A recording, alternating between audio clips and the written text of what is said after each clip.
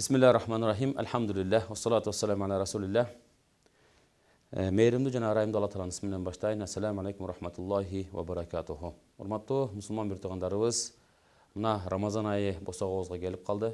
Ramazan ayında көптөгөн жакшылык иштерди аткарууну бир гана жан дүйнөбүздө эле эмес, ошол эле учурда ашказаныбызга дагы Кудай Таалам ыраазы боло тургандай деңгээлде маани берип көңүл бурууну Кудай Таалам насип кылган болсун дейли. Анткени ислам дини адамдын бир гана сырткы гана келбетине, же болбосо бир гана ички гана дүйнөсүнө маани бербестен, адамдын жашоосунун баардык көз ирмемдерин, жашоонун баардык ыңгайларына шарт түзгөндүгү менен айырмаланган бир дин. Анткени пайгамбарыбыз анын туу чокусунда бизге үлгү болгон бир пайгамбар. Мына ошол бүгүнкү сиздер менен баяндама кылып кеп кыла турган темабыз дагы анда эмесе тамакка пайгамбарыбыздын баягы тамактануу адеби, же болбосо Рамазан айында тамактануунун же болбосо тамактануу деген нерсе ислам дининде кандай экендигин, эмне нерселерге көңүл бурушубуз керек экендиги жөнүндө кеп кылмакчыбыз. Деги эле пайгамбарыбыз саллаллаху алейхи вассалам өзүнүн жашоосунда тамактануу деген нерседен мурда дагы көбүрөөк жан дүйнөнү тойгозууга көп көңүл бурган. Ал эми тамактануу бул адам баласынын бул жашоодо убактылуу жашоодо деп айтайлы, күч кубатта болуш үчүн, ибадат кылуус үчүн, иштеш үчүн, бала бакырасын адал эмгектеп багыш үчүн керектүү болгон бул дүйнөнүн талаптарынан болгондуктан ага дагы сөзсүз түрдө шариятыбыздын негизинде көңүл бурууга өтө чоң бир маани берген. Мисалы үчүн адалдан таап, адал жолдо жумшоо.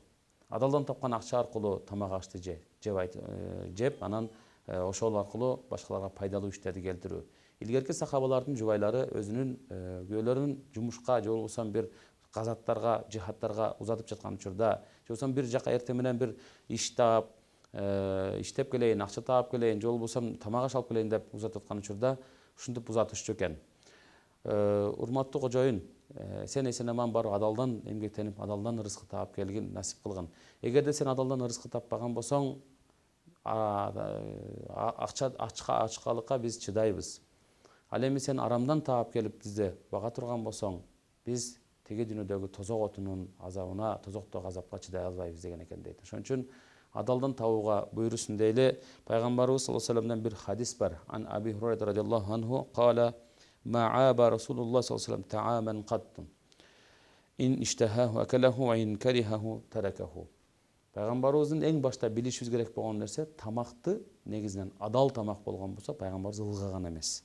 Мунун мааниси пайгамбарыбыздын хадисте ушинтип айтылат: эч качан алдына келген тамак аштан кусур, кемчилдик издеген эмес пайгамбарыбыз. Табити тартса жечү экен, табити тартпаса жечү эмес экен. Башка бир эмеде мындан биринчи сабагыбыз демек, тамак кандай гана болбосун, муну сындап, анан кийин момундай тамак экен, тигиндей тамак экен, ой бул тамакты мен жебейм, жаман көрөм деп айтуудан башта өзүбүздү алышыбыз керек экен, алыс кылышыбыз керек. Себеби насибинчелик бүгүн Алла Таалам берип атабы, Кудайга шүгүр деп жешибиз керек. Эртең бербей калган учур болсочу.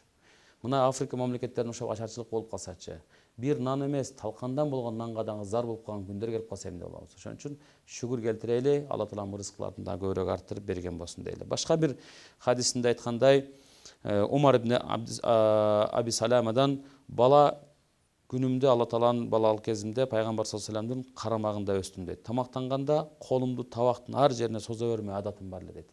Мына ошол адатымдан пайгамбарыбыз саллаллаху алейхи вассалам балакай, оолу бисмиллах деп тамакты баштап жегин. Бисмилла деп Алланын исми менен баштап, андан кийин өзүңдүн алдыңдан жегин. Анан оң колуң менен жегин деп адептерин үйрөткөн экен дейт. Тамактанууда өтө маанилүү нерсе. Оң кол менен же деп балдарды үйрөтүшүбүз. Ошол эле учурда алдыбыздан жегендик, бирөөнүн алдынан эмес. Же бир пайгамбарыбыздын сүннөтүнө ылайык пайгамбарыбыз дайыма жоомарттуулукка үйрөткөн, меймандостукка үйрөткөн, конок чакырууга үйрөткөн. Мунун баары тамакка байланышкан маселе. Ошондой эле конок үчүн жакшы тамак берүүгө буйруган экен дейт. Мисалы, аз жегенге пайгамбарыбыз дайыма үгүттөгөн, өзү аз жеген, айлап балким, айлап түтүн булатылчу эмес. Пайгамбарыбыздын тамагы курма менен гана суу же болсо сүт болчу дейт. Мына тамак болсо кандай болчу эле дегенде пайгамбарыбыздын жубайлары пайгамбарыбыздын өзүнө жегеле дегеле өзүнүн эле үй бүлөсүн ойлобостон айлана чөйрө кошуналарды ойлоп тамак аштын эң мыктыларын жасачу экен. Тамакты жасаганда дагы түрлөп жасаган дегенде туура түшүнүңүздөр. Түрлөп дегенде бир эле түрдүү тамакты күндө жей берген эмес экен. түрдөп тамак жасагандын ыкмаларын үйрөнүүгө жана аз нерседен көпдөй кылып бир жакшы даамдуу тамактар жасаганга буйруган экен дейт. Эң негизгиси биз алдыбызга келген баардык нерсени жей беришибиз милдет эмес. Себеби мына Рамазан айында эртеден кечке чейин Алла Тааланын ыраазылыгы үчүн деп суусуз, тамаксыз, ачка болуп жүрүүнү бизге Алла Таалан буйруган. Буйрса аны да аткарабыз. Ошол ачка жүргөн учурда кечиндеси аң сезимибизде ушундай болот: ифтарда кандай гана тамак келбесин, баарын жеп бүтүрөм деген ой келет да. Бирок биз билбейбиз да Кудай Тааланын кудурети, Кудай Тааланын бизге болгон мээрими. Биз кээде жасалма диеталар менен арыктаганга аракет кылып атабыз бүгүнкү күндө.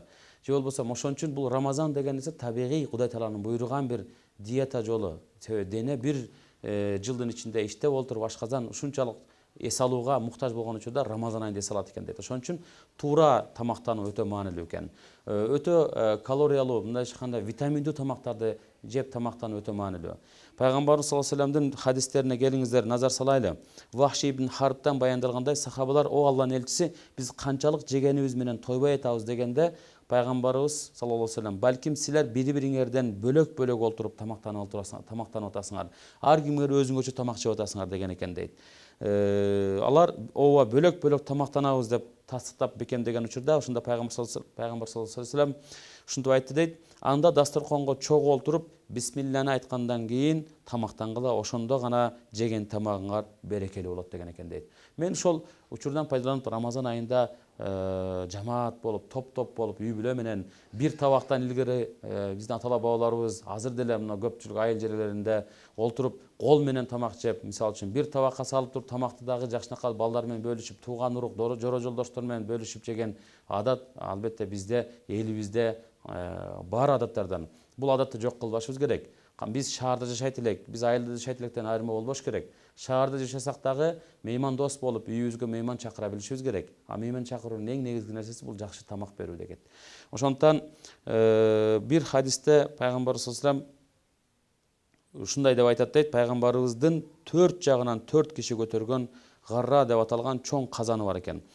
Күн шашке маал болуп, баягы түш болгон учурда духа намазы окулгандан кийин ичине нан менен эт тууралган тамакты алып келип, казанды алып келгенде сахабалар аны тегеректе олтурушуп ушундай деп айтты дейт да: "Тамакка топтолгондордун саны көбөйгөндө Пайгамбар саллаллаху алейхи вассалам тизе бүгүп олтуруп, муну көргөн бир бедуин, чөлдө жашаган адам: 'Бул олтурушуңуз кандай?'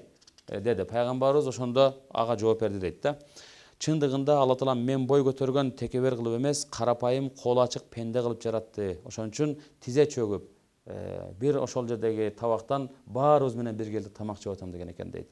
Мен ушуну айткым келип атат. Пайгамбарыбыз саллаллаху алейхи вассалам албетте аз жегенди буйруу менен биргеликте эле адам баласынын ден соолугуна Алла Таалам абдан көп көңүл бургандыктан ден соолукка пайдалуу болгон тамактарды жеш. Бүгүнкү күндө халал тамак деп айтып атабыз. Адалдан тамак дегенде адал акча менен тапкан тамак болот, ошол таза болот. Адалдан дегенде арам аралашпаган, паракорчулук аралашпаган акча тыйым менен алып келинген буюмдар, тамак аштар. Ошол эле учурда өзүнүн түзүлүшүндө арам болбогон тамактарды жештик албетте ар бир мусулман пендесине буйрулган. Мисалы үчүн чочконун этинен алыс болуу, ар кандай ошонун майлары кошулган майлар болуп калат. Жана ошогон Алла Тааланын ысмы менен аталбай союлган, бисмилля деп, бисмиллаллаху акбар деп союлбаган малдын, койдун жана жылкылардын жана башкалардын эттери албетте биз үчүн арам болуп калат. Ошого катуу көңүл буруш керек. Бүгүнкү күндө ар кандай мамлекеттерден тооктордун эттери келет, мисалы үчүн да. Бул же болбосо койдун, малдын эттери келет тоңдурулган. Кайдан келди? Кантип союлду экен? Бисмилля деп союлбаган болсо адал болду бекен, жок бекен деп такыбалык кылып, аз да болсо Кудайдан коркуу сезим кылып, сезим менен мамиле кылып, үйүңүзгө чакырып аткан ифтарга чакырасызбы, саарлыкка чакырасызбы, меймандарга дагы арам жешине себепкер болуп калбашыбыз керек экен. Анткени ал биздин туткан орозобуздун, окуп аткан намаздарыбыздын соопторунан коружалак калтырып коюшу мүмкүн. Эмнеге дегенде Алла Таалам таза, улуу зат, тазалыкты өзүнө бизден да талап кылат.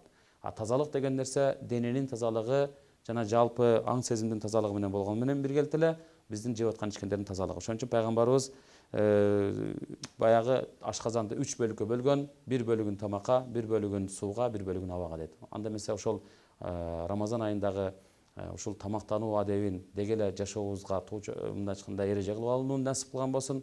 жана жалпыбызды ушул Рамазан айына чейин жетип орозо кармаган, андан кийин дагы көптөгөн жылдарды өмүр сүрүп өзү ыраазы болгон иштерди кылууну насип кылган болсун. Ассаламу алейкум ва рахматуллахи ва баракатуху.